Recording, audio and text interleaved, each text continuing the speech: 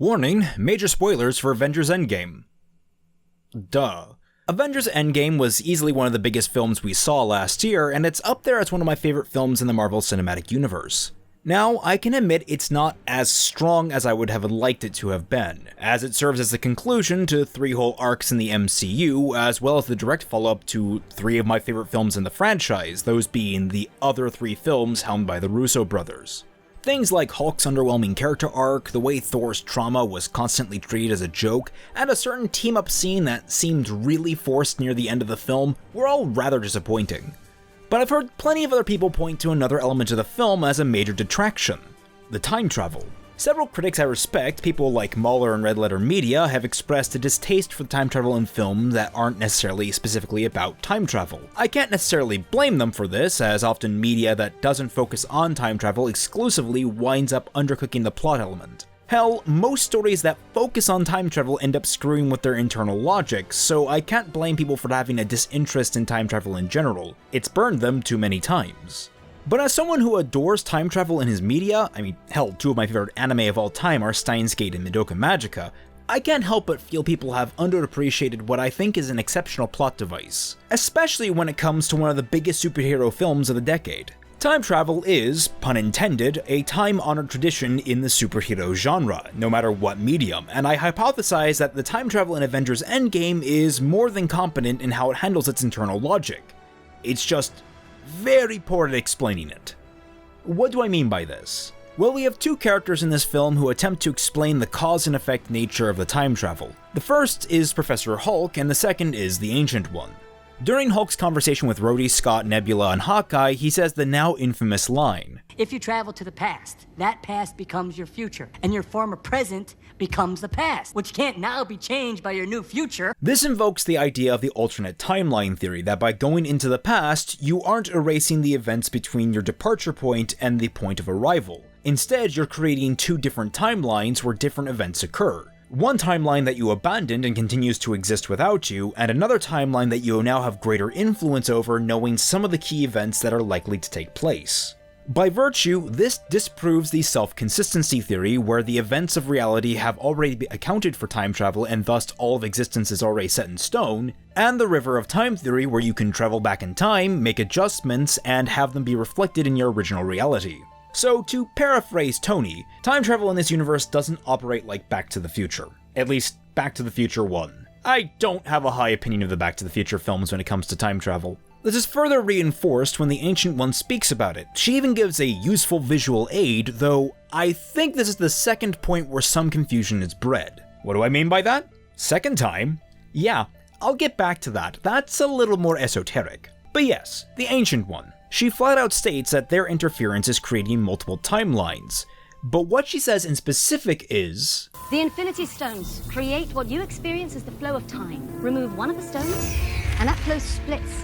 That's a bit different, as what she says basically spells out that removal of a stone creates alternate timelines. But that's not what she said. She still directly references Banner's reality as a separate reality from the one they're currently in, referring to it as her reality, which implies a split has already been created. I was confused here until I really sat down and thought about the words she was using, and I came to understand that removing a stone would create a further, even more separate timeline that was doomed to collapse. So, in effect, if left unfixed, the Avengers' initial time travel plan wouldn't have created just 3 alternate timelines, but 9. 9 new timelines which would collapse in on themselves under the weight of darkness.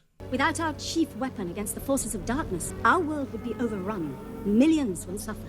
I guess removing a stone would push Dormammu to visit the Xehanort School of Time shenanigans in order to finally learn what a clock is. But this is why Cap going back at the end of the film to return the stones is vital, so you don't have a bunch of these dark timelines ringing around. That's about all this adds to the film, and it's a big add. You gotta be careful with your time travel. That's how I wound up with a bunch of temporal doppelgangers of myself running around. Now I have to feed all of them, which I could really use some help with. So if you feel like it, please head over to my Patreon to help me further my goal of fixing the space-time continuum and putting dinner on the table for 2 to the 17th power repeating versions of myself. For $1 or more, you get access to the Team Frostbite Discord server, The Tundra, where I, Fatman Falling, Dashi Lee, and other members of our wonderful Rogues Gallery regularly interact with you, the fans, on the regular. No, I didn't say that twice, it was just a temporal anomaly. Allow me to welcome my newest patrons. Rixarts, Steven Shriver, I Just Took a Dump, classy name there buddy, All-Star, Master Poppers, PJ Cruz, Paul Phil, Sidebeat, CJ, Michael Scrivens, and Kosk. How am I supposed to pronounce that? Regardless, I'm happy to have you all on board and I look forward to seeing you in the Discord. Now, back to your regularly scheduled timeline. So the movie follows alternate timeline theory with the extra caveat that removing Infinity Stones create further timelines that are bad. You may have noticed, however, there is an issue here. How the hell do they get back to their present in the Prime timeline? Technically speaking, when they create a new timeline, they should be trapped there, unable to return home. And I think this is where Endgame drops the ball the hardest because there's an important element that goes completely unexplained. And that element would be the platforms they depart on and re-emerge from. Apparently they're called gateways, though I think anchor, activator, or lighthouse would be more accurate with how they appear to function.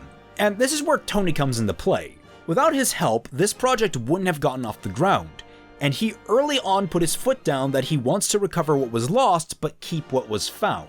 He wants to keep his family, so coming back to the original or Prime timeline as I'll refer to it going forward, is forefront on his mind. He's the one that builds the, by his words, a fully functioning time-space GPS, which lets the team travel back in time multiple times and is clear that he was involved in making the gateway technology. But beyond that, we're not given much else to explain how the time travel works. So now we actually have to go through the film and observe the function of the time travel, and from there extrapolate the remaining rules that define the time travel in this film. So, ignoring Scott at the beginning of the film, the first time traveler is Clint, who goes back to his family's home when they were still alive 5 years prior. As we can see, the gateway activates, he slips in, and we can see that his helmet has an overlay that's actually directing his travel through the quantum tunnels. He arrives, walks around a few minutes, and then he's recalled automatically, similar to how Hulk had planned to do so with Scott earlier in the film. When he returns, it's back to the gateway pad. He is in a very slightly different location on the gateway, but that could just be some kind of blocking inconsistency, so for now, I'll just assume they intended for him to return to the exact same place he left from. This creates a separate timeline, however minor, where he stole a baseball glove and briefly confused his daughter. After this, you have 3 different teams travel back in time to find the Infinity Stones. Cap, Tony, Scott, and Hulk are in Team A, Thor and Rocket are in Team B, and Nebula, Clint, Rhodey, and Natasha are in Team C. All of them start out together on the platform, and when it activates, they split off into their own groups mid-flight. Or teleport? What exactly do you call micromolecular travel? Anyway, Team A winds up in 2012, Team B in 2013, and Team C in 2014. This creates 3 distinct timelines for the 3 different periods they go back to, and then possibly further fractures into 9 timelines if the stones aren't returned to the appropriate window. Everyone from each team save Cap, Tony, Nebula, and Natasha get their stones and leave their respective timelines to return back to the gateway in the present. Natasha obviously doesn't go back because, well, but Nebula, Cap, and Tony are different stories. Cap and Tony, realizing they need to get the Pym particles and the Tesseract from a different time period, depart from 2012 to go directly to 1970. This creates a 4th timeline, and from there, they appear to return to the gateway with no discrepancy with the other teams. Nebula is interesting because she's captured by Thanos, has her memories scoured, has the time tech reverse engineered off screen, and her past self returns to the present gateway at the same time as the other team members. The fact that everyone that went back, and came back, appear in approximately the same location lets her blend in and bide her time. Then, when everyone's distracted, past Nebula hacks the gateway and opens it to allow Thanos to come through from the alternate 2014 timeline. Sheer, unbridled epic action set pieces, plus a cringy girl power moment ensue. Then Tony Natasha's himself and the day is saved. All that's left now is to return the stones. So Cap goes back in time, again using the gateway pad to return the stones and the Mjolnir that Thor stole from his past self. We don't see his journey, but we know he either stayed in 1970 to be with Peggy or even earlier, presumably the 1940s, so he could spend his life with her. He then returns to the present, but not to the gateway pad. The pad activates, but he doesn't appear on it. Instead, he appears some distance away in order to sit on a bench and be all dramatic. This is the first instance of someone returning to the present where there has been a notable shift in location. Now, what rules can we extrapolate from these observations and the information we've been presented by the characters? Well, 1. Starting the temporal reaction possibly requires some form of gateway pad or device. This is presuming Thanos' ship has a gateway device to activate his retrofitted time travel technology built into it. 2. Once the temporal reaction is started, anyone wielding a temporal GPS suit can navigate the time stream based on some combination of temporal or geographical coordinates. They don't really elaborate on that, but Tony and Cap do manually adjust where they're going after they fail initially in 2012. Additionally, the reaction is related only to the GPS suit or GPS device, not the person wearing the suit, or else past Nebula wouldn't have been able to make it back to the present with the rest of the Avengers. Presumably, the reaction stops once the GPS suit has returned to the present and the gateway is turned off.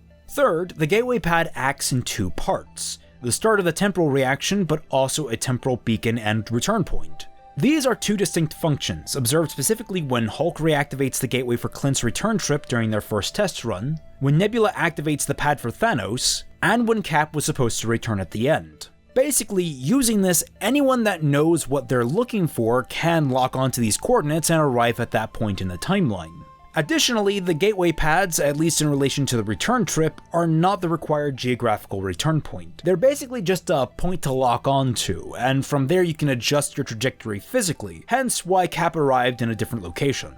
So from what we can gather, the rules of time travel make sense, but this doesn't stop some of the other issues that crop up with the film introducing it in the first place. Let's address the whole return the stones thing first. Not Cap himself, but the rule that removing a stone from a timeline will lead to a new defenseless timeline. In concept, that's fine, but the rule you have to return to the stones at the exact point they're taken is weird and vague. Because technically speaking, you can't do that. In order to enter a timeline that a stone has been taken from, you either need a gateway that leads to that exact point in time it was taken, or you go to the exact moment when the timeline was created, i.e. when the individual teams arrived in the past. But if you do that, for a small period of time, 2 of the same Infinity Stone will exist simultaneously, and there's no word if that's a good thing.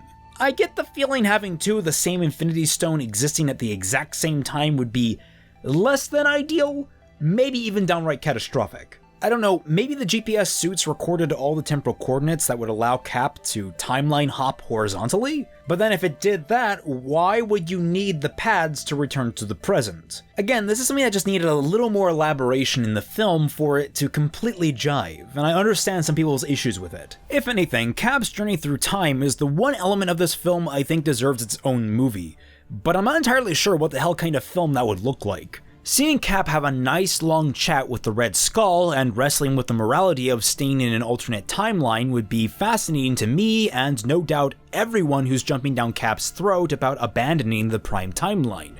But I'm not sure if it'd offer the action most people would want to see in a Cap film. The next issue is Thanos, who doesn't seem to digest the potential of time travel. Think about this. A world-ending tyrant has just been handed what amounts to infinite retries in his crusade to destroy all of existence, and he uses it to go to the one place where the absolute most resistance to him could possibly be mounted. Like, I get that the stones are there, but you can also find out where the stones were in the past and travel to them there. And then you could go even further back in time and do your plan there so no one has any idea what the hell happened and would have no idea how to fix it. There's also ignoring the fact that Thanos ignores alternate timelines exist.